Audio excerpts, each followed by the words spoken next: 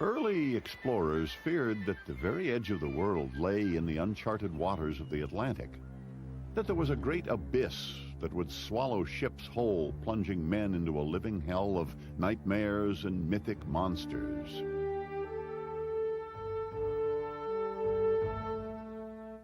So when Columbus stumbled onto the New World, when he came to places like Panama in 1502, he was surprised to discover seeming paradise. Seeming paradise. But in a way, the old stories were true. For there were monsters in this paradise. There were frustration, disease, and broken dreams. And conquering those would be one of the greatest achievements of the 20th century. It started with the incredible notion of challenging the planet's natural balance by linking the two greatest oceans on Earth. To slice a waterway across the continental divide of Panama and bypass the navigational gauntlet of South America. There was more at stake than improved shipping lanes. This would be Mother Nature's last stand. People would have to declare dominion over the very form and function of the land. It was the most important engineering project of its time, involving the largest earthen dam ever built, the largest man-made lake ever created.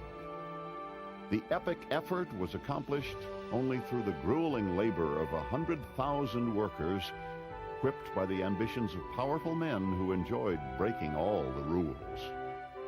In the end, it would cost billions of dollars and claim thousands of lives.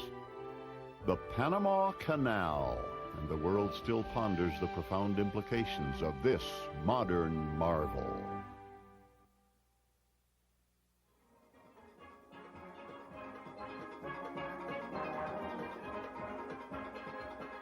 Panama has always attracted explorers and adventurers. In 1534, Spanish engineers surveyed the isthmus and proposed a plan for a canal that would link the Atlantic and Pacific Oceans. It was a bold idea that was quickly discarded. The jungle was too dense, the weather too oppressive, the task too enormous for the limited technology of the time. But a seed had been planted in the imagination of explorers, which would bear bitter fruit for the next 3.5 centuries. Ambitious projects demand ambitious men. There was nothing meek about Ferdinand de Lesseps, a celebrated entrepreneur who promoted the French effort to carve the 105-mile Suez Canal in 1869. De Lesseps' celebrated success in the Middle East was the pride of France. So 10 years later, when he focused on building a canal to span the 50-mile width of Panama, there was no doubt that he would again succeed. But there were two problems with his plan. One, de Lesseps was a great promoter, not a great engineer. Two, he had never been to Panama. Unlike the Suez, Panama was a savage, tropical terrain, a swampy, overgrown land that would not easily bend to the will of man. But with the support of the French people and millions of dollars in investment capital, de Lesseps and his team of eager young men began their 9-year exercise in futility. Problems began immediately. Due to an 8-month rainy season, the jungle grows at an astounding rate, with razor-sharp grasses and ferns which easily cut through the skin. This all had to be cleared by hand. And the jungle was home to a savage variety of insects, spiders, ticks, mosquitoes, poisonous snakes. The French engineers and their laborers from local Caribbean islands were dying in rapid fashion. 75% of all workers who entered the hospital for treatment of smallpox, typhoid, yellow fever, food poisoning, or snake bite died painfully, prematurely. Most of the illness was blamed on malaria, which the French believed was caused by deadly vapors seeping from the rotting jungle. Despite solid medical evidence, the French refused to accept the fact that many tropical diseases are carried primarily by mosquitoes. De Lesseps and the French had the will, but not the way. Their plan to carve a sea-level canal had never been practical. The unstable earth of the Panamanian mountains is prone to sudden slides and could never be tamed by the primitive French construction equipment. By 1889, the Europeans had run out of money. They left behind rusting hardware and the corpses of more than 20,000 men. Those who survived were credited with causing the worst financial failure of its time, a $300 million catastrophe which nearly toppled the French government. But the dream of building a Panama Canal was not dead. Every man had a job to do, and he was to do it to the best of his ability, because the French had failed, and we were determined to make a success of building the canal, not only for ourselves, but for the United States government and for the president. At 104 years of age, Robert Dill was the last member of the American team that built the Panama Canal. When he arrived on the Isthmus in 1911, the canal symbolized America's emergence as a world power, and President Theodore Roosevelt was the embodiment of that spirit. Teddy's advice was to speak softly and carry a big stick, but he never spoke softly. His mythic image had been forged in 1898 during the Spanish-American War, when as Assistant Secretary of the Navy he had led the Rough Riders on a bloody charge up San Juan Hill. The public applauded the victory, but Teddy was upset that badly needed support from West Coast battleships was not available for his Caribbean campaign. He saw an immediate strategic need for a canal that would facilitate a two-ocean navy. Well, after the fighting, Teddy became vice president on the winning Republican presidential ticket in 1900. A year later, when William McKinley was shot to death by an assassin, Roosevelt became president.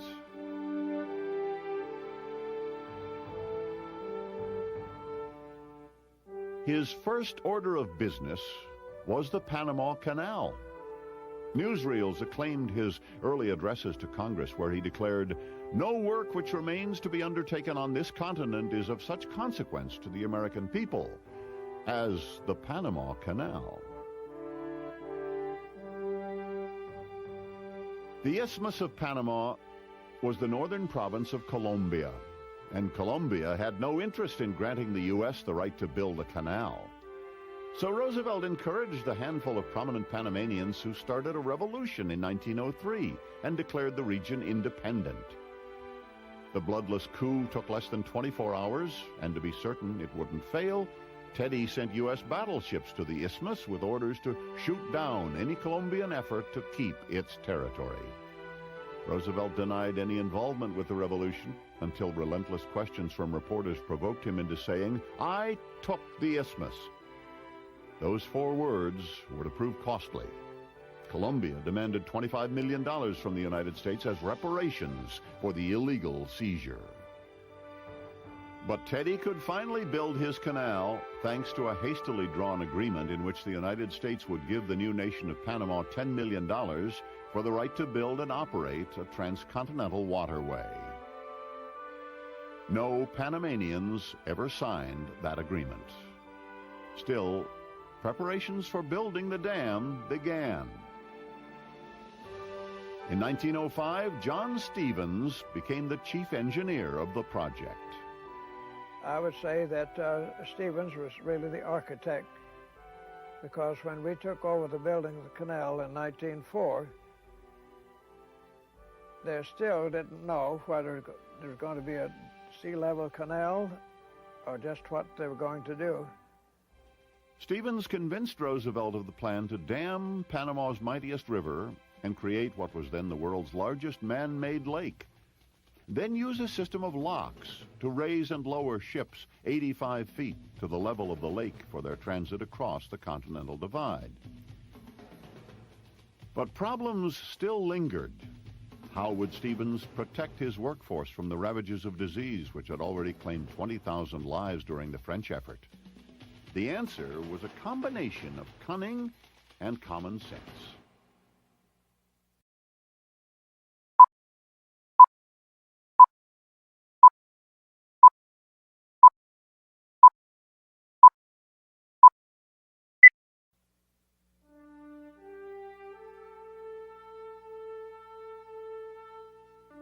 At the turn of the century, Panama was a death trap. For Robert Dill, it was also an opportunity to forget the past. Because I learned that my fiancée had gone out with one of her former boyfriends. And so instead of joining the Foreign Legion or jumping off of a bridge, well, then I decided that I would go to Panama and work on the canal. I lived in Gorgona in bachelor quarters that were provided by the Canal Commission. There were two of us in one room, and the buildings were built for circulation of air. The aggravation, I might say, would be that due to the dampness or the humidity, we would get up in the morning and open our clothes closet, and we'd find that our shoes were full of mold.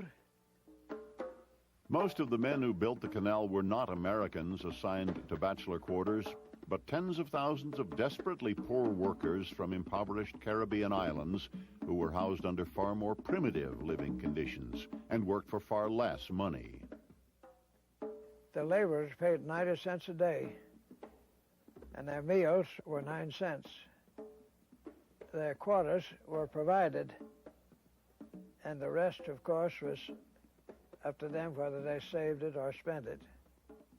Well, my pay as machinist, I think, started at about 38 cents an hour, and I received 4 promotions, and in the 5.5 years. There was only one thing equal between the Americans and the massive black labor force: the possibility that tropical diseases would claim their lives. It was a reality that Roosevelt had faced during the Spanish-American War. 13 times of the men that were killed during the battle had died from malaria fever, from disease.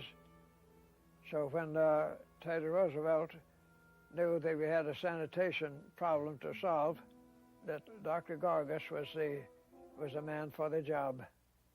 He was the man that eradicated, is a word, the malaria fever and typhoid in Cuba. He felt that in addition to the health situation, we had to build streets because some of the streets were drainage ditches. And he called off all the work on the canal until they got in a sanitary condition to where the men then could feel free to work. That had to be done first. Drainage ditches were cleaned of standing water where mosquitoes breed. Swamp grass was trimmed to allow small fish to feast on the insect larvae. Ponds and puddles were sprayed with a film of oil to kill the newly hatched insects. Living quarters were fumigated, and insect screens were attached to windows. As the environment was being controlled, massive shipments of sanitation materials arrived. 120 tons of insecticide, 8,000 pounds of soap, thousands of buckets, brooms, and rakes. In a few months, the men had accomplished the impossible. By Christmas of 1905, yellow fever had been eliminated in Panama. But health did not come cheaply. Every mosquito killed cost the United States government $10. But the government went even further to protect the workers. The men were prescribed regular rations of quinine. They would have a man with liquid quinine.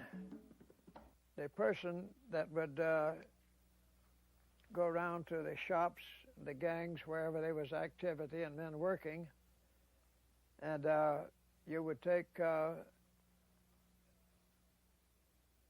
required amount of liquid quinine.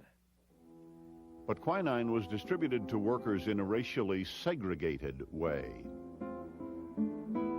American men were labeled as gold employees, and the black Caribbean laborers as silver employees.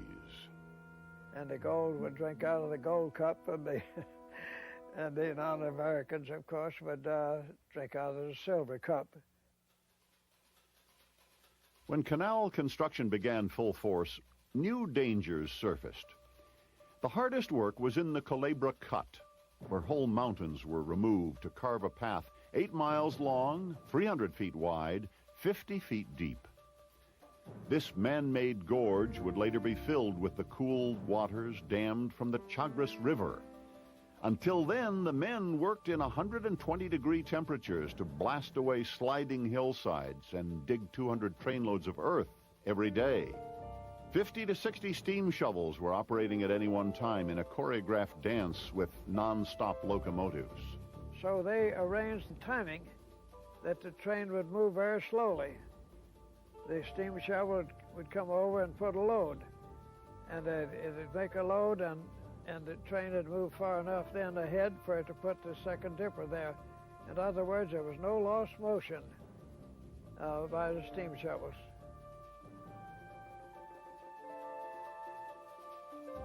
Special dumping devices allowed the trains to be unloaded with one giant sweep, depositing millions of tons of soil to create a huge earthen dam, 1.5 miles long, a half-mile thick at the base. It would take that much volume to hold back the water of the huge man-made lake. Meanwhile, in the cut, 61 million pounds of dynamite was the primary tool for moving earth. The explosive force was equal to all the firepower used in all the wars the United States had fought up until that time.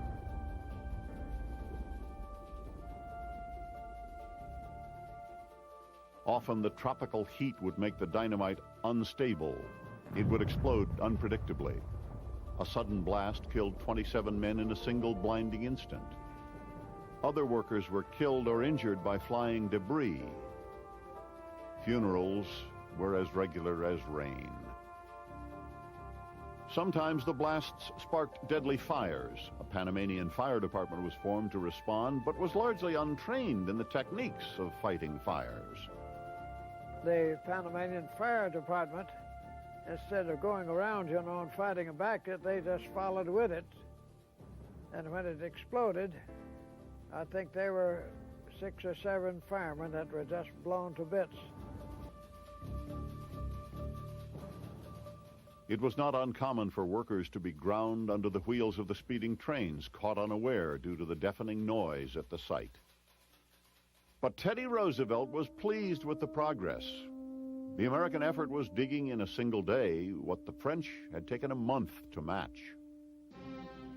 In 1906, Roosevelt decided to see the work for himself and arrived in Panama for an inspection tour. The first time in history a president had left the United States while in office, and the first time a world leader had ever posed for photos in the seat of a steam shovel. It was in November, which was the worst month of the rainy season. And when he saw the conditions under which the men were working, their sincerity, their determination to get the job done, he felt that they should have a pin or a badge or something. So he had French junk sent to the Philadelphia Mint. And there were over 7,400 medals that were struck and were given to those who had served 2 years or more during the construction days.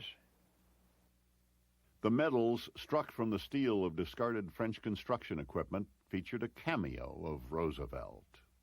My medal, number 6726. There's a lot of history between number 1 and 6726. Digging the waterway through the Panamanian mountains was a monumental feat, but that was only part of the construction process. The locks which would lift and lower ships from the elevated canal were equally mammoth structures. Their jobs would be to raise the world's largest ships to the height of a 7-story building. Built in 36-foot sections, they were the largest concrete structures on Earth, 1,000 feet long, 110 feet wide. Each of the 6 locks could hold an object the size of the Eiffel Tower. They were designed to fill with water flushed in from the lake through pipes the size of railroad tunnels, with 2 valves weighing 10 tons each. Even though the lock doors weighed 700 tons, they were so perfectly balanced that their opening and closing required only the power of a 40-horsepower motor, the same power used by many industrial lawnmowers. The locks operated exclusively from electricity, a radical new technology for the time, and their power was to be generated by Gatun Dam, a 1.5-mile-long earth barrier made from the soil of the Culebra Cut. Because of the enormous volume of water in the man-made lake, the dam is designed to process in a single day the water equivalent of 2 Niagara Falls. The Panama Canal represents a perfect balance between technology and teamwork, dreams and determination. It was born of a unique convergence of men, might, and money, which defined a defiant age.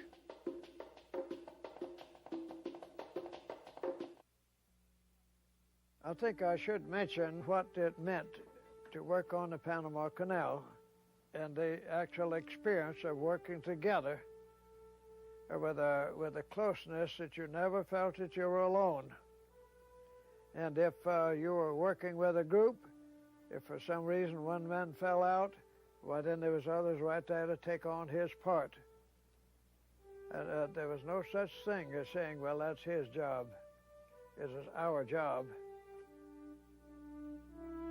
The epic nature of the Panama Canal inspired a spirit of camaraderie among the workers, but the project could test the strongest of men. In February of 1907, for personal reasons, Chief Engineer John Stevens resigned his post and left Panama. It disheartened the crews, but it enraged the president. President Roosevelt was set on appointing a new man to head the effort who could not leave his post. That man was George Washington Goethals. He was regular military, demanding, authoritative, and best of all, if he tried to quit, he could be court-martialed and sent to prison. Every day was a work day, and of course, Sunday we were all supposed to observe the Sabbath, but there was always necessary work to be done that couldn't wait for Monday.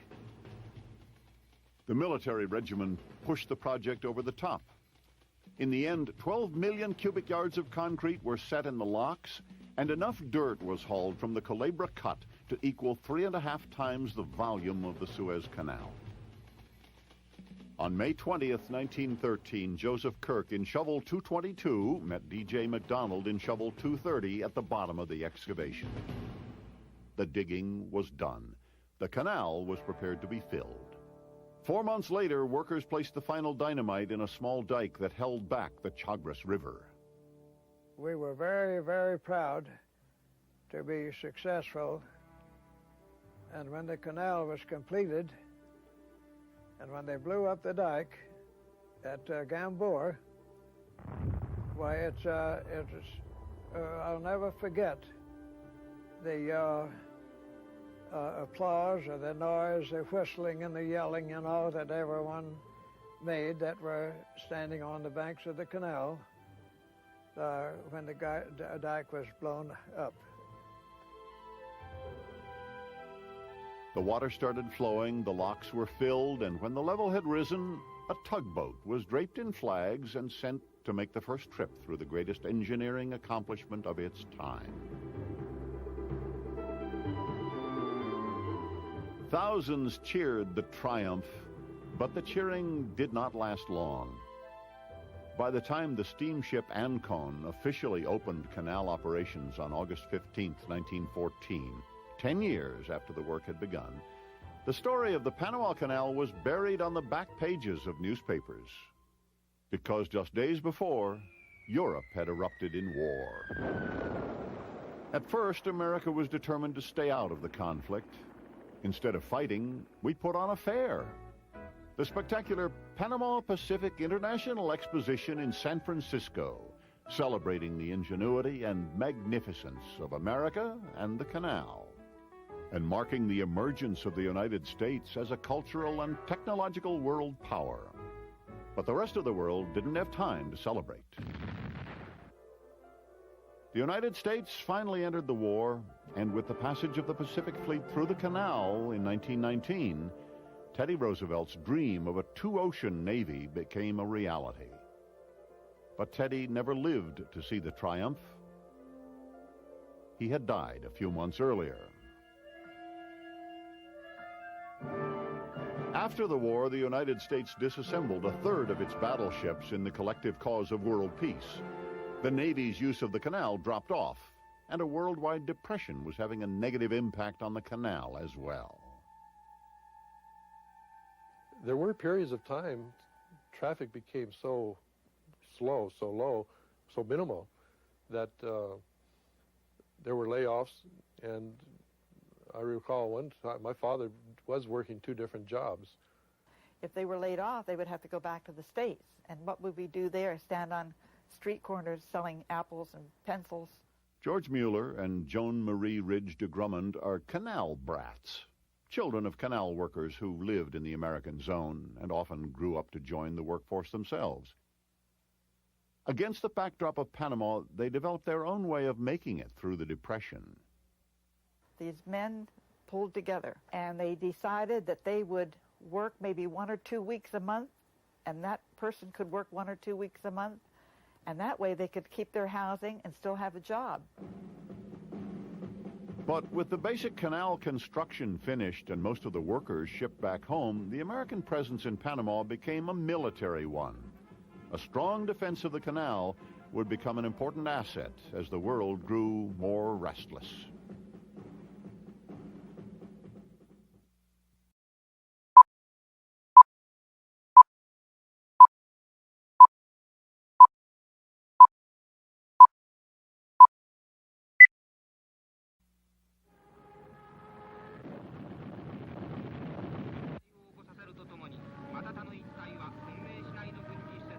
December 7th, 1941.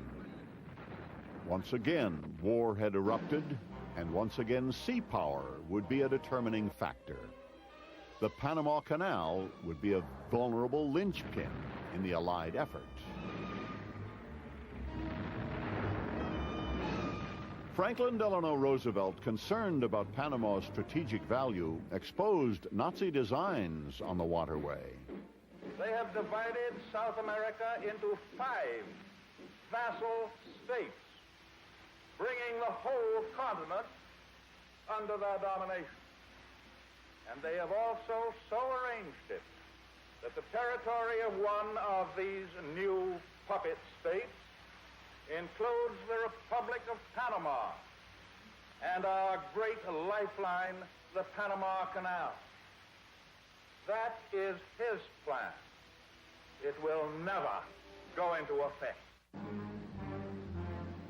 In April 1941, the U.S. Coast Guard seized several Axis ships to prevent the widespread Nazi sabotage plot, which included the scuttling of vessels in the canal.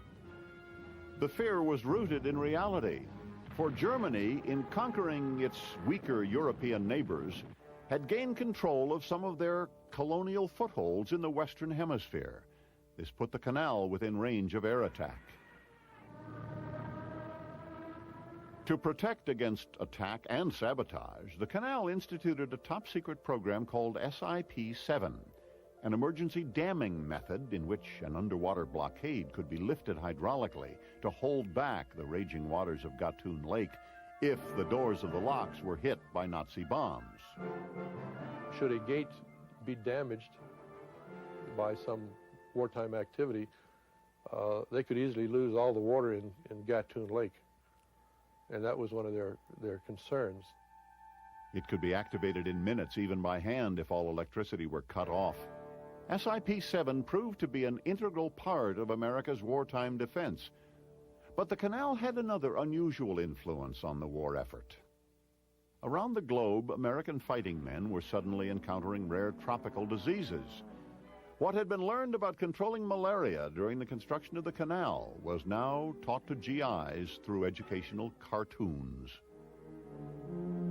This is the story of an outcast, now a hunted wanderer over the face of the globe. You all know her name, Anopheles Annie, the malaria mosquito. Oh.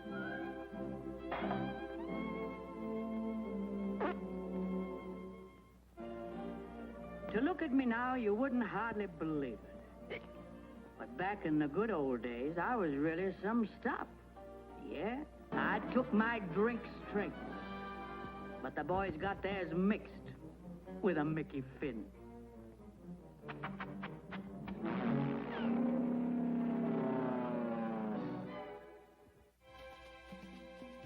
As a facility and as a symbol of a nation's might, the Panama Canal had established its importance. But there were some people who forgot that despite the money, blood, sweat, and tears the United States had invested in the 10-mile strip, Panama still belonged to the Panamanians. There was an enforced segregation between Americans and the Panamanian people. If you're not an American citizen living in the canal zone, you are expected to be out of the canal zone after dark in the evening, unless you had business. Now, many of us had domestic servants, and they could stay several hours after sunset, and they would not be challenged as they were returning to their own homes in Panama or coming back into the zone in the early morning hours. One thing about the canal zone, they insisted on employees, the parents, that is, with their families, return to the States periodically. The idea being that they wanted the families to remain Americanized rather than to assimilate too much of the Panamanian culture to the extent that they would forget their identity as Americans. As Panama grew into the 20th century, Panamanian nationalism increased. In 1964, the United States refused to allow the Panamanian flag to be raised alongside the U.S. flag in the canal zone. Enraged citizens took their anger to the streets in a violent riot that claimed the lives of 22 Panamanians and 4 U.S. soldiers and injured more than 350 people. Many in the U.S. blamed a subversive communist element for inflaming the Panamanians. But the Panamanian government didn't agree that nationalism was subversive and immediately severed diplomatic relations with the United States. The Organization of American States called an emergency meeting to urge negotiation. How would you feel if France exercised jurisdiction over a swath of land 10 miles wide along the banks of the Mississippi River from New Orleans to Canada? Nothing in the 1903 treaty or its amendments indicates that Panama ever ceded the canal zone to the United States. So President Johnson promised to renegotiate the Treaty of 1903 and recognize the sovereignty of the isthmus. That was the first stage in a process that would eventually turn control of the waterway over to the country that had been created so the Panama Canal could be built.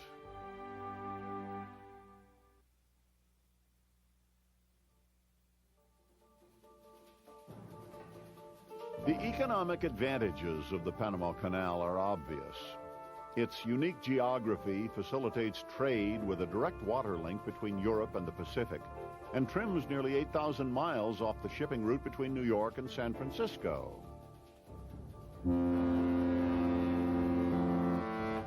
The engineering behind this modern marvel is ingenious, and the transit of ships a masterpiece of choreography. The route begins on either the Atlantic or Pacific entrance, where vessels make their request to Canal Traffic Control for permission to pass through the locks. The locks are double-sided, permitting traffic to flow in either or both directions at once. Experienced canal pilots board the ships to navigate them through the narrow waterways, helped into the locks themselves by special electric locomotives called mules, which pull the ships into the chambers. Except for the opening and closing of the massive lock doors and the towing of ships into the lock chambers, the entire raising and lowering operation works from gravity. Panama's jungles receive 100 inches of rainfall each year and flush billions of pounds of water from the high regions of the Continental Divide to the Atlantic and Pacific. As the water fills the lock chambers on its way to the sea, ships float on its surface and rise without mechanical assistance.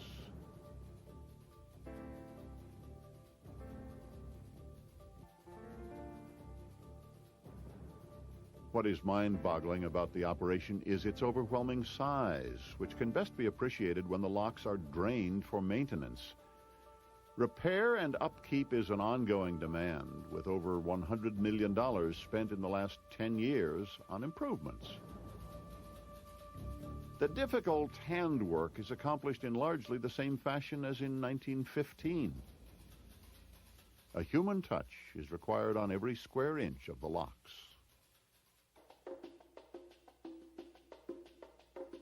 The lock chambers are massive, their length longer than 3 regulation football fields. Their volume, the equivalent of nearly 500 school buses. 4 space shuttles could be parked within each of the locks. When these giant chambers were first designed, they could easily accommodate 3 ocean-worthy vessels at a time. Today, shipbuilders base the dimensions of their Panamax cargo ships so that one enormous craft can perfectly match the contours of a lock. Once through the locks, ships enter the man-made Gatun Lake. Formed by the waters of the Chagres River, the lake also contains hundreds of tiny islands with ecological microsystems which are natural laboratories for valuable research by universities and scientists. But the lake does not extend from one coast to the other. The Culebra Cut meanders for 9 miles through the mountains of the Continental Divide to link the system. Carving this piece of the puzzle was the deadliest part of the canal construction, as unstable hills avalanched into the work area to bury men and equipment. Even today, the most intensive canal maintenance efforts are focused on the treacherous Culebra Cut. Since its original construction, this channel has been widened from 300 to 500 feet to allow passage of wider modern vessels. More earth has been removed in this explosive process of widening than was excavated originally to build the canal.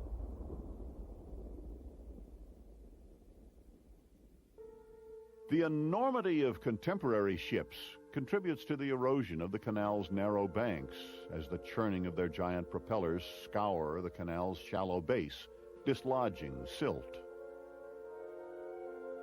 More than 500 men labor 365 days a year in a constant dredging operation to remove 2.5 million cubic yards of soil each year.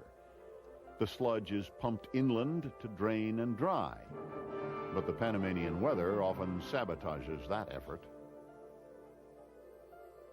At 9 degrees above the equator, the tropical sun bakes a thin crust on the surface of the soil, keeping the thick glutinous soup protected underneath, unable to drain.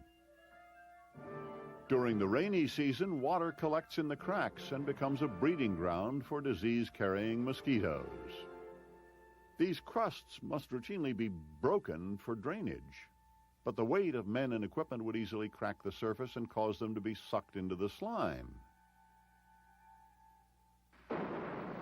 The solution is called explosive ditching, a process in which men race across the pits to deposit dynamite charges, then blast away channels in the crust to allow standing water to drain back into the canal. The results are immediate. Blasts are monitored with special high-speed cameras so the shock waves from the explosions can be measured from a safe distance and studied.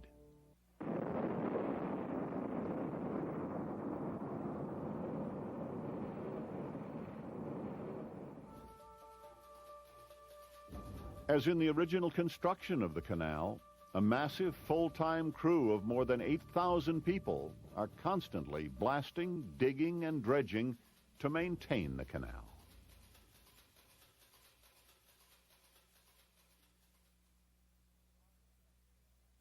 A project like the Panama Canal can no longer be built. In fact, it would be mind-boggling to assume that that project could get through all the environmental hurdles that are necessary in order to have a project like that proposed, circulated, and built to completion. When Teddy Roosevelt bullied the Panama Canal into existence, he didn't have to contend with the legal challenges which would today prevent the first shovel from ever breaking earth.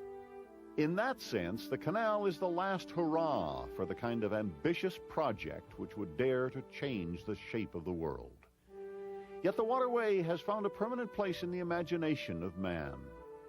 Over 500,000 ships have made the 9-hour voyage from sea to sea over the continental divide spanned by the Panama Canal.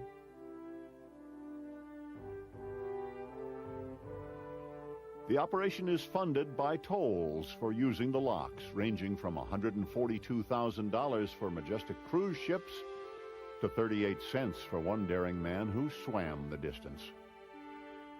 But the real value of the canal cannot be measured in dollars. The Panama Canal is a working monument to man's nature, at times stubborn and harsh, but always longing for greatness and cradled in bittersweet glory.